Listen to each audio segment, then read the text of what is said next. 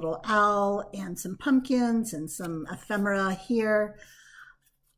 I'm going to show you how to stack up the hair to give some dimension with the bangs and the bow, and then also cut apart the second skirt that's in your kit to add some extra dimension in the skirt. Let me turn my camera around and show you how I made it.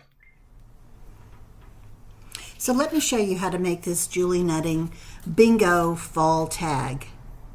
In your kit, you've got a bingo card that you're going to use as your tag base. You've got a doll that's already pre-cut. You've got a lot of ephemera that you'll use to make your little clusters in your banner here. You've got some clothes, and you have two skirts, and I'll show you why there's two in your kit. And you also have two images of the hair, and there's a red bow for you to cut out. So all this is cut out for you, and we've left a nice white border on it, which really makes the images pop on the tag here. So there's no need to ink the edges on this one. And when it comes to putting the clothes together, out of one of the images, I cut it completely out, and I cut out her top completely. The second one I'm going to use to put extra layers up on the skirt here, just to give it some more dimension. So on this skirt, I always like to use this little corner piece, and you can see you just want to cut it right out. And just to make the layers more obvious, I'm not going to put the ruffle on it. So just cut right on that black line. And you'll notice that the clothes don't have the white border on them, just because that would be kind of odd to dress her that way.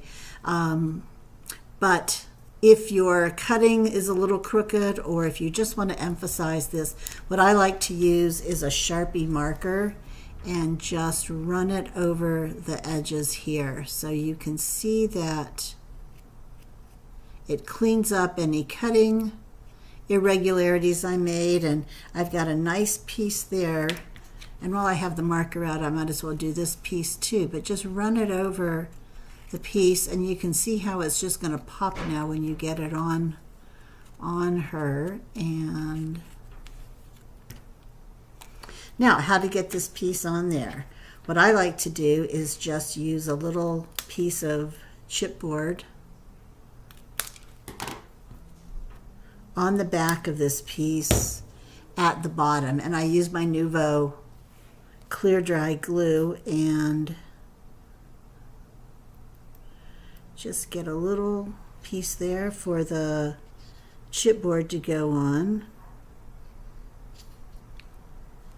And then, as you can see, a little piece, a little bit of glue right at the tip, because then when we turn this over, we're going to have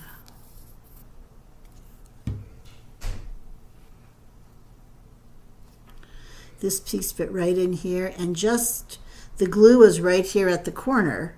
The chipboard is popping this up, and you can see that there's like a nice little layer there that I do it with this panel and this panel too, and it just gives a nice fullness to her skirt. You can see on this one right here how these three panels have been popped up. Then we're going to do the same thing for her bangs. I've cut out her full hair here. I've cut out her full hair plus the bow here, and I'm just going to put a couple dots of glue where the bow is and add the red bow on top. And then use my Sharpie to accent all the edges here.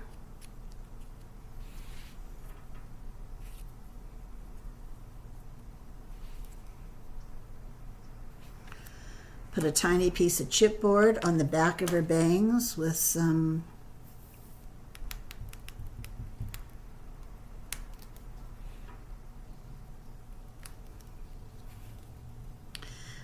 let's see.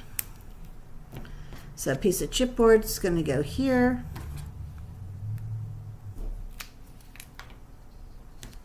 Right here, and then we'll just glue this right on top of her bangs, and that'll give her, again, as you can see here, another layer of dimension there. After you get the doll in place, and you can see she's kind of hanging out over the edge, again, just so you don't have a lot of straight lines all over the place. The banner went down first, the doll, and if you don't glue her feet down totally, you can slip things underneath and get things, or tuck her toes underneath the little pumpkin here. And then just work this cluster here. I started with this larger piece down at the corner, and then just built from that. Tucked the little owl in, added some pumpkins, used the leaves to kind of fill in little places. But it's yours to put your pieces together however you want. I hope you enjoy this fall bingo tag.